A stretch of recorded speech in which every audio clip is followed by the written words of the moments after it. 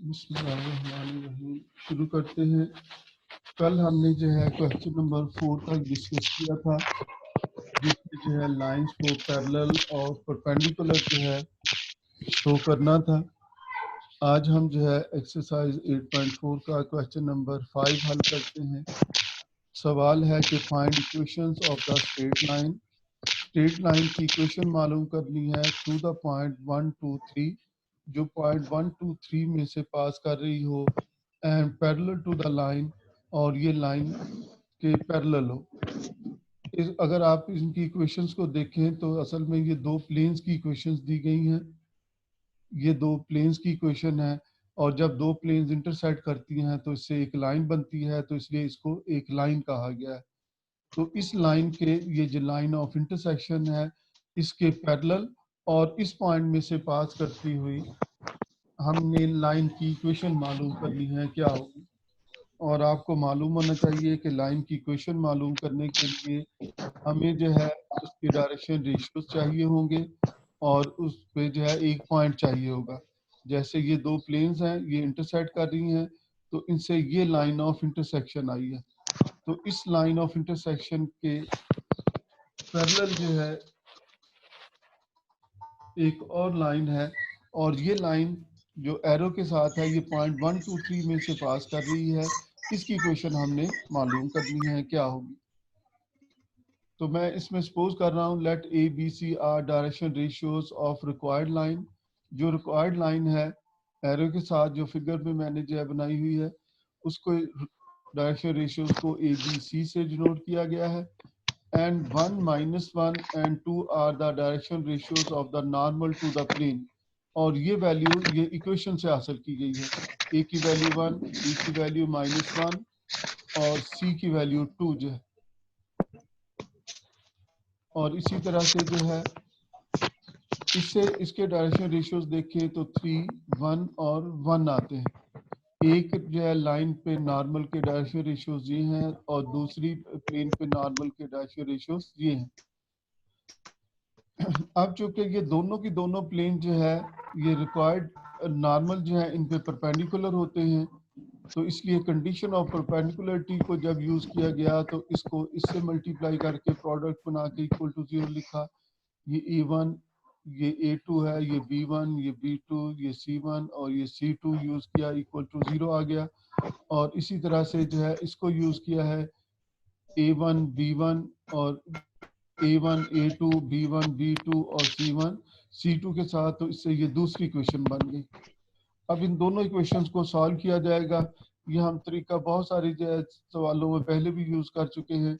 अब इनको सॉल्व करने के लिए पहले ए लिखा, फिर बी लिखा, फिर सी लिखा।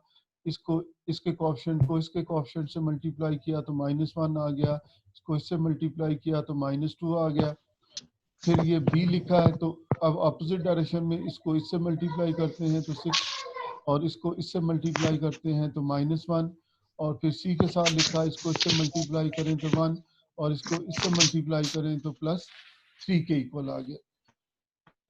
और इससे जो है इसके डायरेक्शन रेशियोज, बिलाल आप अपना माइक बंद कर लें। और इसके डायरेक्शन रेशियोज जो है -3 5 एंड 4 आ गया। तो ये डायरेक्शन रेशियोज हमें चाहिए थे, और पॉइंट हमें पहले से ही मालूम था। तो अब हमने जो है सिमेट्रिक फॉर्म इसकी या पैरामीट्रिक फॉर्म जो है लिख सकते हैं इक्वेशन की। Therefore required equation of the line through the point 1 2 3 ये गिवन था, एंड हैविंग डायरेक्शन रेशियोज, और ये डायरेक्शन रेशियोज हमने इसके मालूम कर लिए हैं। तो ये सिमेट्रिक फॉर्म में x - x1 over a equals to y - y1 over b equals to z - z1 over c में इसकी वैल्यूज रिप्लेस करके इसकी रिक्वायर्ड इक्वेशन हासिल कर ली। इसके बाद है इसका क्वेश्चन नंबर 6, और क्वेश्चन नंबर 6 है, सवाल पढ़ लेते हैं। Find the equations of the plane. Plane ही की इक्वेशन जो है इसमें भी मालूम करनी है। ये सवाल 2017 में शायद बोर्ड में यूनिवर्सिटी में आया हुआ है। Find equations of the plane containing the line, जो इस लाइन को कंटेन कर रही हो, and perpendicular to the coordinate planes, और कोऑर्डिनेट प्लेन्स पर परपेंडिकुलर हो, यानी कि एक्स वाई प्लेन पे, वाई जेड प्लेन पे, जेड एक्स प्लेन पे परपेंडिकुलर हो, और वो इस लाइन में से पास कर रही हूँ या इस लाइन को जो है कंटेन कर रही हूँ। तो ये जो लाइन दी गई है, चूंकि ये लाइन ऑफ इंटरसेक्शन है, दो प्लेन्स के इंटरसेक्शन से बनी है ये लाइन, तो दो प्लेन्स के इंटरसेक्शन से पास करती हुई लाइन की इक्वेशन इस तरह से लीनियर कॉम्बिनेशंस के तौर पे लिखी जाएगी।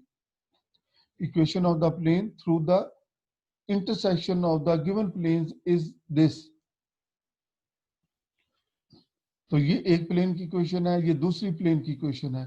किसी एक प्लेन की इक्वेशन को k से मल्टीप्लाई करके दूसरी में ऐड कर दें तो इससे जो है इसके पॉइंट इनके जो है इंटरसेक्शन में से पास करती हुई प्लेन की इक्वेशन बन जाती है।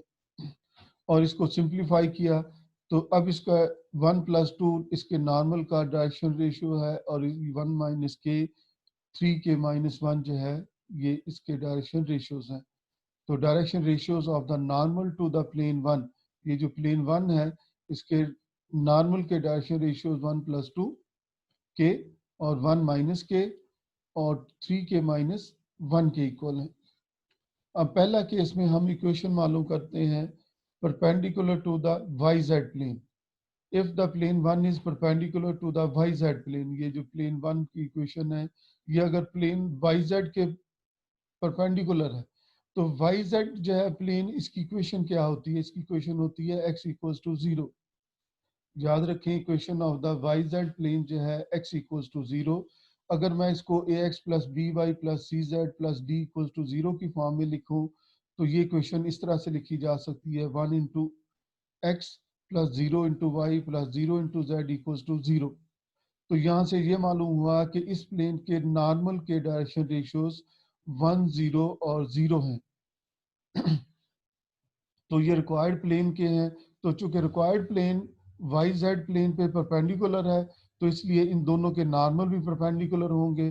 तो नॉर्मल अगर परपेंडिकुलर होंगे तो इनके डायरेक्शन रेशियोज के प्रोडक्ट का सम 0 के इक्वल होगा। इस पे कंडीशन ऑफ परपेंडिकुलरिटी जो है वो होल्ड करेगी। तो इसके a1 को इसके a1 से मल्टीप्लाई किया, 1 + 2k को 1 से मल्टीप्लाई किया और फिर 1 - k को 0 से मल्टीप्लाई करेंगे तो 0 आएगा और 3k - 1 को 0 से मल्टीप्लाई करेंगे तो 0 आएगा। और इससे जो है k की वैल्यू आ गई k = -1 और ये k की वैल्यू रिक्वायर्ड इक्वेशन 1 में जो है रिप्लेस कर दी। तो इससे required equation of plane perpendicular to the yz plane हासिल होगी। और इसी तरह से जो है अगली जो है हम मालूम करते हैं XZ प्लेन के परपेंडिकुलर जो है। If plane 1 is perpendicular to the XZ plane तो XZ प्लेन की इक्वेशन y = 0 होगी और इसकी जब मैं जनरल फॉर्म में जो है पॉइंट नॉर्मल फॉर्म में इसको लिखूंगा 0 × x + 1 × y + 0 × z = 0। इसके डायरेक्शन रेशियो 0, 1 और 0 हैं। जबकि रिक्वायर्ड जो प्लेन है इसके डायरेक्शन रेशियोज ये है। अब इनको आपस में मल्टीप्लाई करना है। ये a1 b1 c1 है और ये a2 b2 c2 है। तो a1 को जब 0 से मल्टीप्लाई करेंगे तो वो 0 ही हो जाएगा और b1 चूंकि 1 - k है और इसको 1 से मल्टीप्लाई करेंगे तो ये बनेगा और ये C2 है, C2 0 है और 0 को जब किसी से मल्टीप्लाई करेंगे तो 0 आ जाएगा। तो इससे जो है k की वैल्यू 1 के इक्वल आ गई सिंप्लीफाई करने पर और k की वैल्यू वापस जो है इक्वेशन 1 में रिप्लेस कर देंगे तो इससे required equation of the plane perpendicular to the XZ plane आ जाएगी। फिर तीसरे केस के तौर पे जो है if plane 1 is perpendicular to the XY plane और XY प्लेन की इक्वेशन Z = 0 होती है और इसको इस फॉर्म में लिखा तो 0x + 0y + 1z = 0। इसके डायरेक्शन रेशियो 0, 0 और 1 है। अब इनको जब मल्टीप्लाई करेंगे direction ratios of the given line के साथ जो है तो सिर्फ 3k - 1 जो है C1 C2 के साथ मल्टीप्लाई होगा और इससे k की वैल्यू 1/3 आ जाएगी। और इसको जो है जब रिप्लेस करेंगे किसी भी गिवन इक्वेशन 1 में जो हमने सपोज कर ली थी तो इससे जो है ये required equation of the plane perpendicular to the XY plane के हासिल हो जाएगी। तो इन दोनों सवालों से रिलेटेड अगर किसी का कोई सवाल है तो माइक ऑन करके सवाल पूछ ले।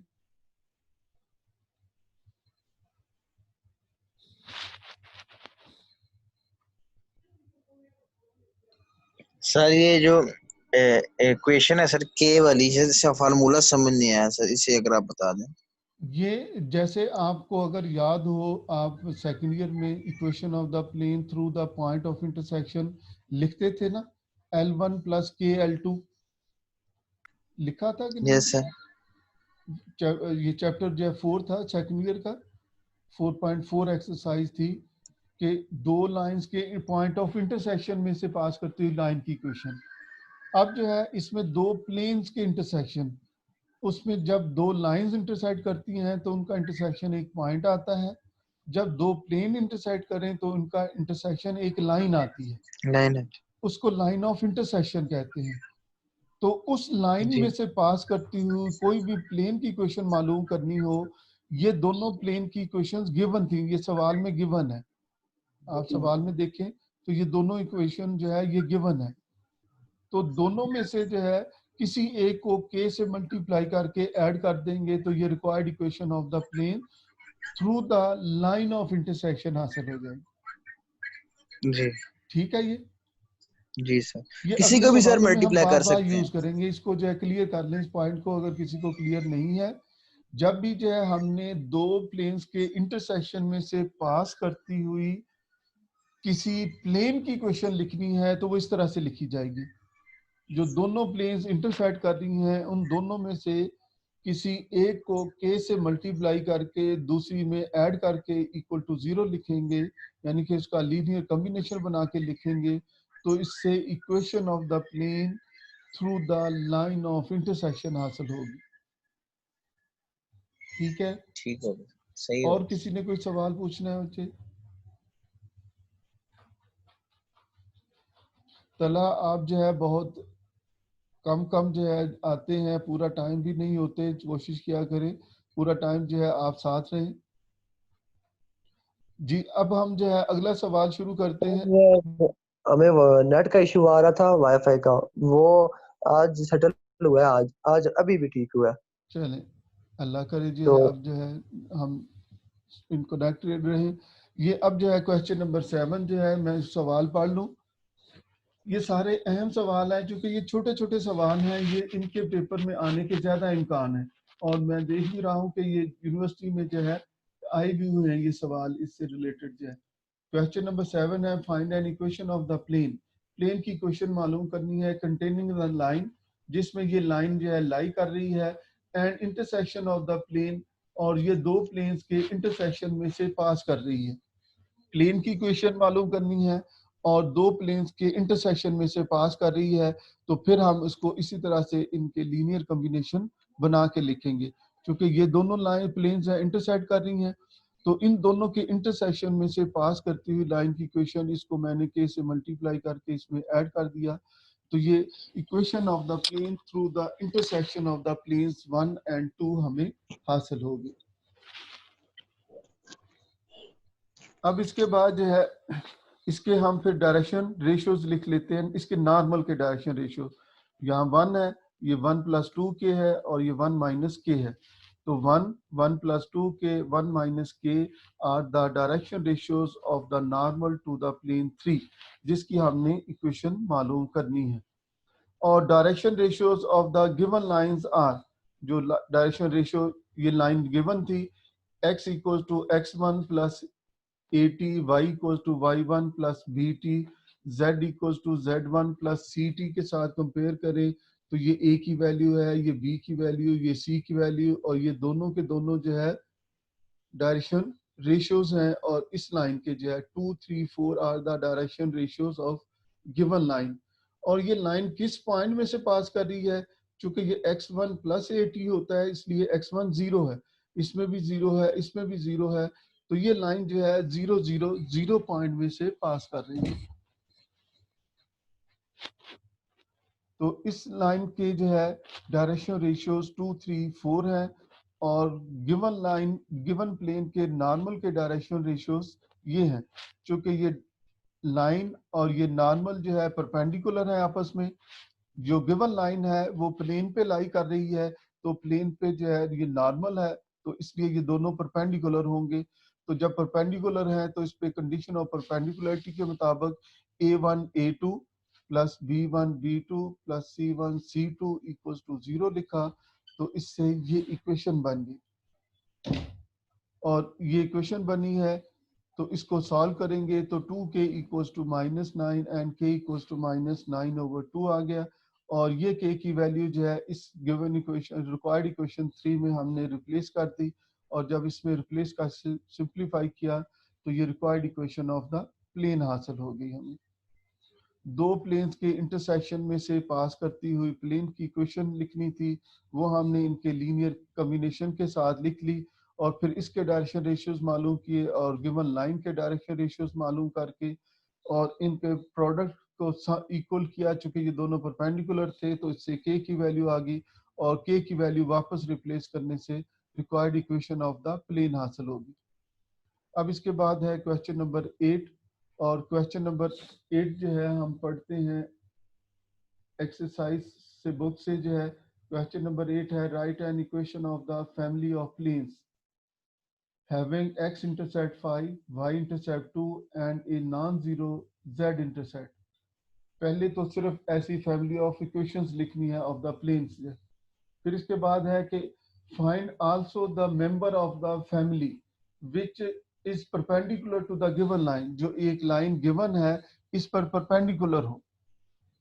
तो इसमें जो है गिवन क्या है, x इंटरसेप्ट यानी कि a capital A equals to 5, y intercept equals to b equals to 2, और z इंटरसेप्ट हम सपोज कर रहे हैं कि कैपिटल C के इक्वल है।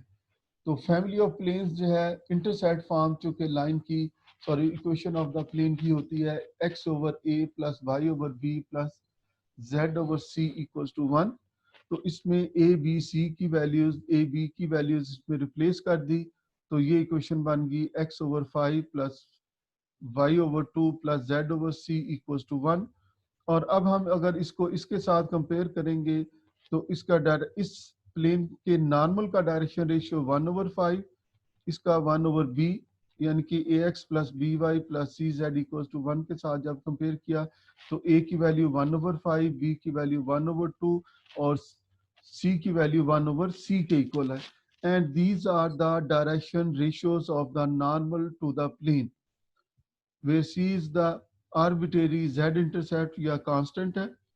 तो direction ratios of the normal to the plane, इस प्लेन पर जो रिक्वायर्ड प्लेन है इस पे नॉर्मल के जो है डायरेक्शन रेशियोज 1/5, 1/2, 1/c हैं जब इसके साथ कंपेयर किया। और गिवन प्लेन ये है जिसमें सवाल में बताया हुआ है कि ये रिक्वायर्ड प्लेन जो है वो गिवन प्लेन पर परपेंडिकुलर भी है, यानी कि इसके नॉर्मल और इसके नॉर्मल जो है आपस में परपेंडिकुलर होंगे। और अगर परपेंडिकुलर होंगे तो उनके इन पर कंडीशन ऑफ परपेंडिकुलरिटी जो है वो होल्ड करेगी। तो इन दोनों के डायरेक्शन रेशियोज को जो है इसके और इसके जो है आपस में प्रोडक्ट बना के इक्वल टू 0 करेंगे। तो direction ratios of the normal to the given plane are, ये यहाँ से मालूम किए 3, -2 एंड 1 है।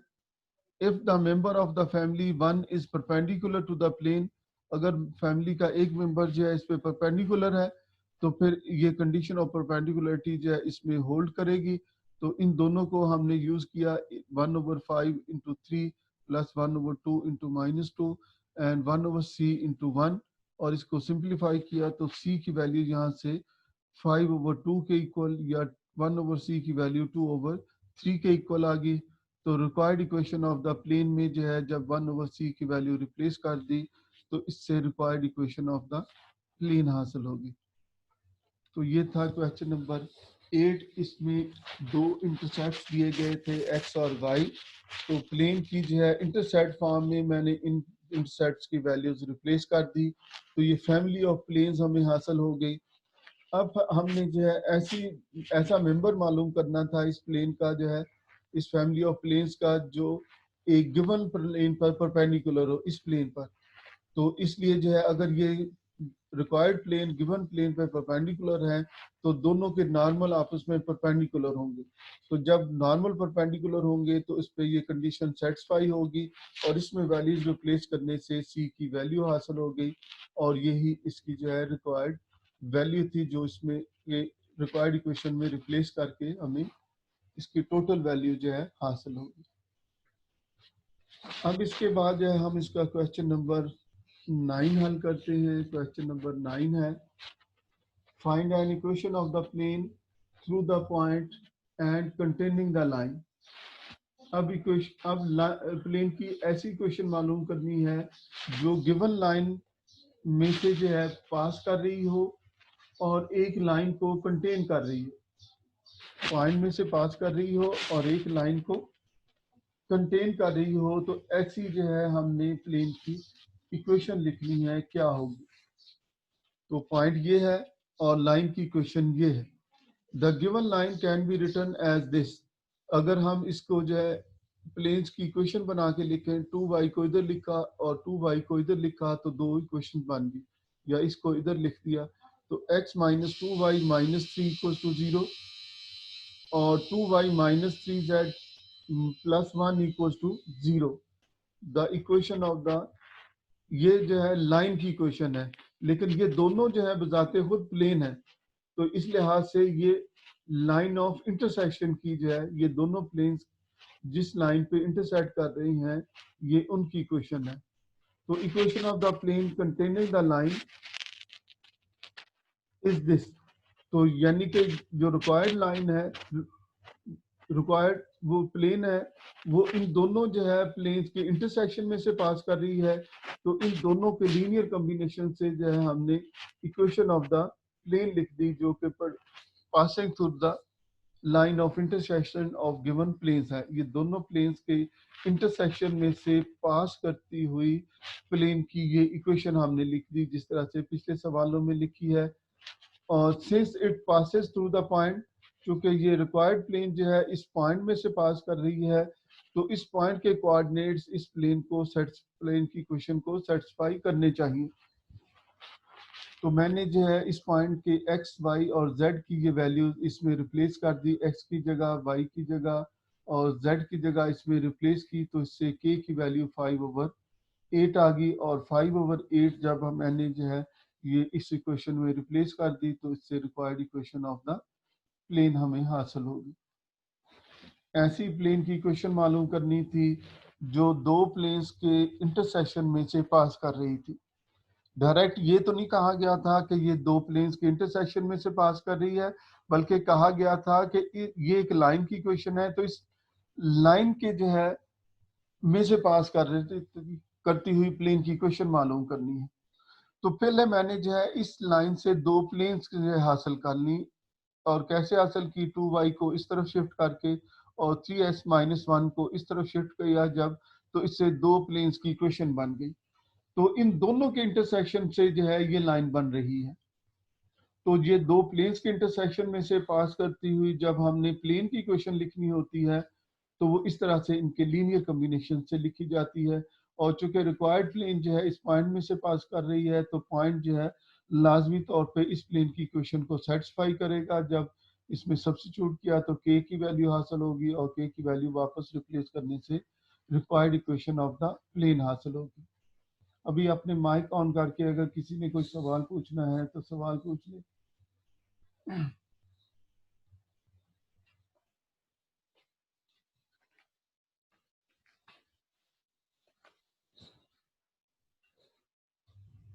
जी, कोई किसी ने सवाल नहीं सर कोई पूछा? सवाल नहीं है सर, जी ठीक है सब कुछ जी। सही समझ आ रहा है। जी, इसके बाद जो है question number 10, find an equation of the plane containing through the line of intersection of the planes.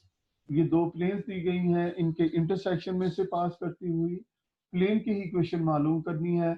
और दूसरी कंडीशन ये है कि प्लेन जो है should be at a unit distance from the origin. ये ओरिजिन से यूनिट डिस्टेंस पे होनी चाहिए।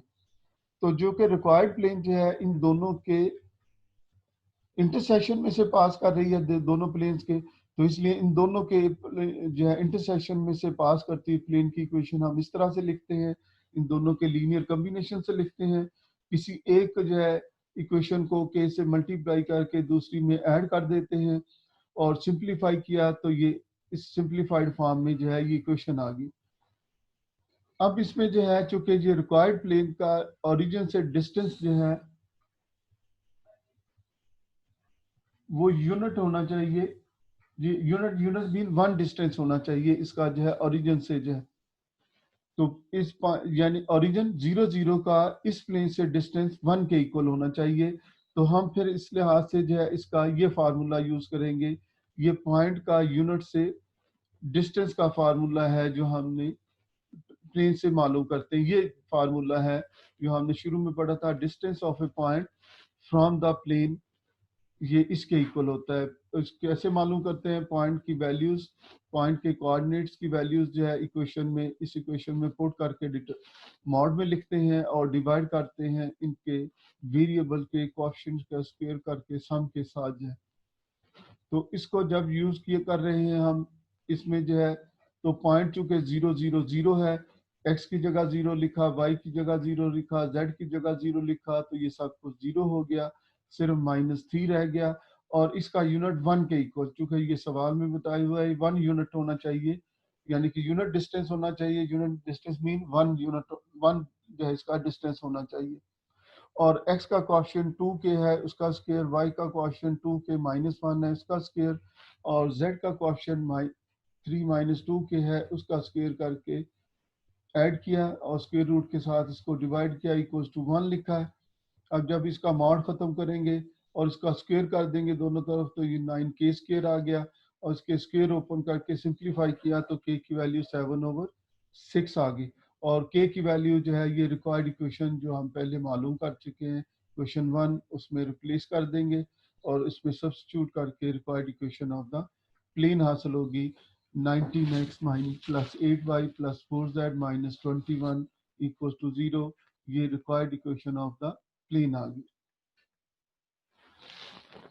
अब इसके बाद जो है क्वेश्चन नंबर 11, ये थोड़ा सा मुश्किल और थोड़ा सा लेंथी सवाल है। इस सवाल को जरा ध्यान से समझें। इसकी मैंने ये फिगर जो है बनाई हुई है, इस फिगर को देखें। सवाल है कि find equations of the perpendicular, perpendicular की जो है इक्वेशन मालूम करनी है from the origin to the line. ये जो लाइन प्लेन्स की फॉर्म में दी गई है, ये दो प्लेन्स हैं, ये प्लेन्स के इंटरसेक्शन में से पास करती हुई लाइन है। इसमें हमने इक्वेशन ऑफ द परपेंडिकुलर मालूम करनी है, यानी कि ये परपेंडिकुलर की इक्वेशन मालूम करनी है। और परपेंडिकुलर कहाँ से हो? ओरिजिन से हो, और इस लाइन से हो। और ये लाइन क्या है? ये intersection of the two planes है। Also find the coordinates of the foot of the perpendicular. तो ये अगर हम p फुट इसका कंसिडर कर रहे हो तो p के कोऑर्डिनेट्स भी मालूम करने हैं, क्या होंगे। ये दो प्लेन्स हैं, ये प्लेन 1 और ये प्लेन 2 है, ये दोनों इंटरसेक्ट करें तो ये लाइन हासिल हो रही है।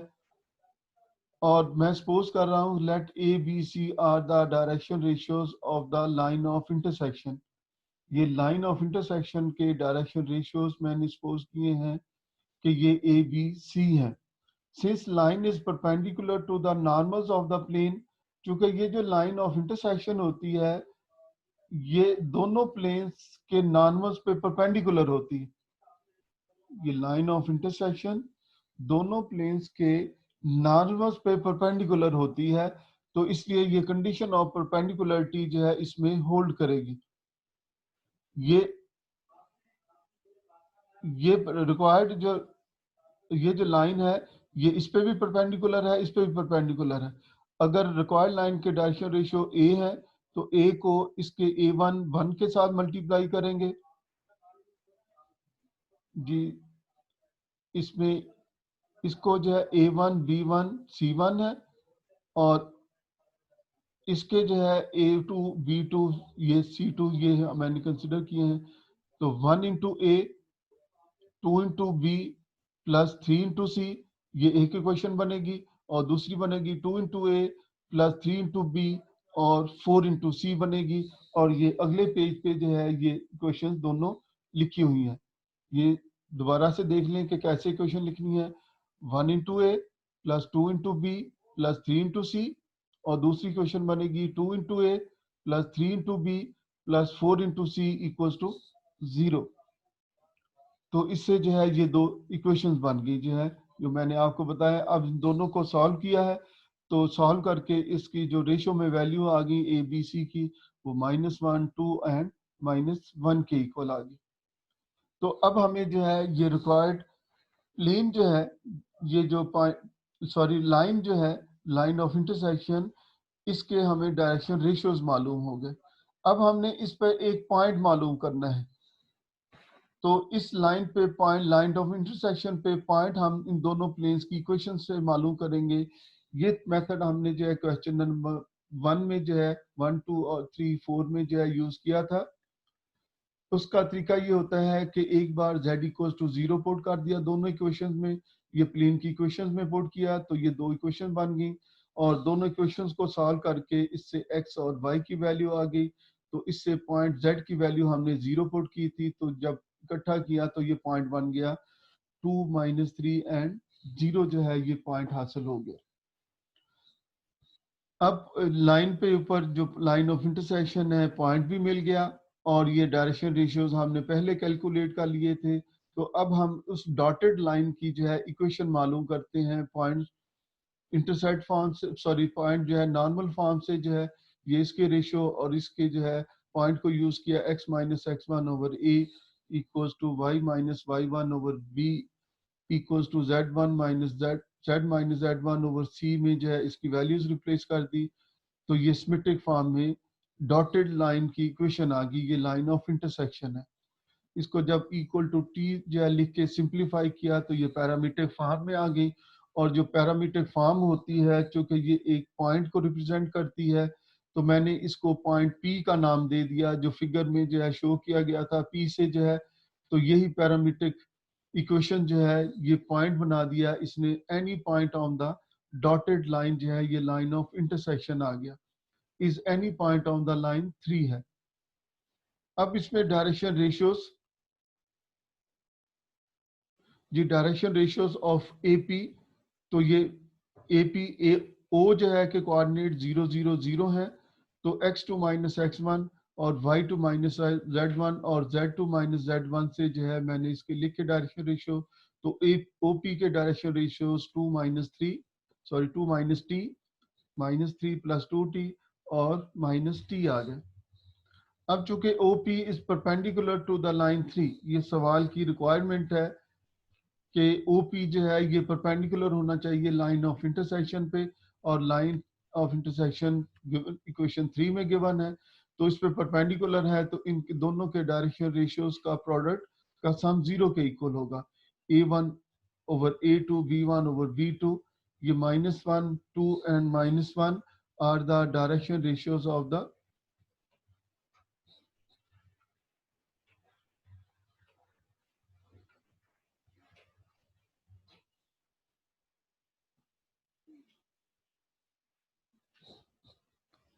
जी ये डायरेक्शन रेशियोज जो हमने पहले मालूम किए थे, -1, 2 और -1, और इसको अब हम यूज कर रहे हैं यहाँ पर।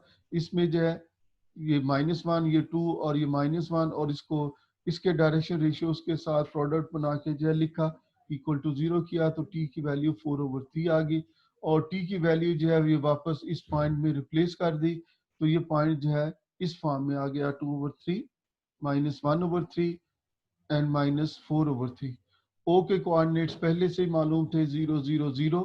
तो अब डिस्टेंस फार्मूला यूज करते हुए square root x2 minus x1 whole square plus y2 minus y1 whole square plus z2 minus z1 whole square को यूज किया, तो इससे जो है इसकी लेंथ जो है परपेंडिकुलर की स्क्वायर रूट 21/3 के इक्वल आ गई। और इस सवाल का दूसरा हिस्सा ये था कि इसकी इक्वेशन भी मालूम करनी है इस परपेंडिकुलर की जो, तो now equation of the perpendicular OP, OP पे जो है ये 2 पॉइंट फॉर्म यूज किया मैंने, O के कोऑर्डिनेट्स और P के कोऑर्डिनेट यूज किए, x minus x1 over x2 minus x1, y minus y1 over y2 minus y1, z minus z1 over z2 minus z1 को यूज किया है और सिंप्लीफाई कर दिया, तो ये equation of the perpendicular OP भी हासिल हो गया। हमें फुट ऑफ द परपेंडिकुलर यानी कि P के कोऑर्डिनेट्स भी मालूम कर लिए और परपेंडिकुलर की इक्वेशन भी मालूम कर ली, चूंकि इस सवाल में ये दोनों चीजें ही मालूम करने के लिए कहा गया था। अब इसके बाद जो हम हल करते हैं क्वेश्चन नंबर 12। जल्दी से जो है इसको हल कर लेते हैं, देखते हैं कि सवाल क्या है, चूंकि टाइम जो है 4 मिनट से कम रह गए। क्वेश्चन नंबर 12 है a variable plane is at a constant distance p from the origin and meets at the axis at the point a b c. Through the point a b c, planes are drawn parallel to the coordinate planes. Coordinate planes के parallel जो है planes इस point में से जो है draw की गई हैं। तो show that the locus of their point of intersection, यानी कि इन पॉइंट्स प्लेन्स के पॉइंट ऑफ इंटरसेक्शन का जो लोकस है वो इसके इक्वल होगा, शो करना है हमने। तो let required equation of the plane हम लिख रहे हैं, ये L X plus M Y plus N Z equals to P. हमने इसको क्यों सपोज किया, ये यानी कि ये नॉर्मल फॉर्म में क्यों सपोज किया? नॉर्मल फॉर्म में इसलिए सपोज किया कि सवाल में हमें distance from the origin to the plane दिया गया था, और जब भी जो डिस्टेंस ऑफ द परपेंडिकुलर या distance of the origin from the plane जो है गिवन हो, परपेंडिकुलर डिस्टेंस जो है, तो हम नॉर्मल फॉर्म यूज करते हैं, यानी कि इसमें p की वैल्यू दी गई है तो इसको यूज किया है। तो ये इक्वेशन आ गई और p को डिवाइड कर दिया तो l over p x plus m over p y plus n over p z equals to 1 आ गई। और इसको जो है मजीद सिंप्लीफाई करके लिखा है तो x over p over l plus y over p over m plus z over p over l equals to 1 आ गए। ये हमने इसको इंटरसेप्ट फॉर्म में कन्वर्ट कर दिया। जब इसको इंटरसेप्ट फॉर्म से हम कंपेयर करेंगे तो हमें इससे x इंटरसेप्ट, y इंटरसेप्ट और z इंटरसेप्ट हासिल हो गया, यानी कि a b c की वैल्यूज हासिल होगी। ये x इंटरसेप्ट है, ये y इंटरसेप्ट और z इंटरसेप्ट। तो अब चूंकि जो है सवाल में बताया हुआ है कि प्लेन जो रिक्वायर्ड प्लेन है meets the x axis at the point this, कि वो इस पॉइंट पे जो है चूंकि x इंटरसेप्ट है तो x इंटरसेप्ट पे सिर्फ x कोऑर्डिनेट की वैल्यू होती है, y कोऑर्डिनेट, z कोऑर्डिनेट 0 0 होते हैं। इसमें जो है y कोऑर्डिनेट की वैल्यू p ओवर m है, बाकी a और x और y जो है वो 0 है। टाइम चूंकि शॉर्ट है, जल्दी से मैं इसको मुकम्मल करता हूँ। तो इसमें यह है कि चूंकि ये प्लेन जो है ये x एक्सिस को इस पॉइंट पे मीट करती है, y एक्सिस को इस पॉइंट पे, z एक्सिस को इस पॉइंट पे। Now equation of the plane through a and parallel to the yz plane, तो इसके parallel to the yz plane किसके इक्वल होगी? वो x equals to p over l जो है, ये x equals to p over l, और इसके पैरेलल जो है y over t over m होगी, ये z over p over n होगी। तो ये तीनों इक्वेशंस आ गई, इससे l, इससे m और इसके n की वैल्यू हमने कैलकुलेट की, और कैलकुलेट करने के बाद इस इक्वेशन में जनरल इक्वेशन जो है इसमें रिप्लेस कर दिया। L square plus M square plus N square में इसकी वैल्यू रिप्लेस की और सिंप्लीफाई कर लिया, तो ये required locus of the plane हमें हासिल हो गया। ये जो इस सवाल में पूछा गया था कि ये प्लेन्स के पॉइंट ऑफ इंटरसेक्शन की जो है हमें मालूम करनी है। जी जल्दी से कोई सवाल किसी ने पूछना है तो पूछ ले, माइक ऑन करके। सर कोई सवाल नहीं। जी कोई सवाल नहीं है किसी का जो है? सर सवाल नहीं, इस तरह से है सर, वो 8.4 तो भी आप सेंड कर दीजिएगा। अच्छा 8.4 आपको सेंड नहीं किए मैंने? नहीं सर अभी नहीं सेंड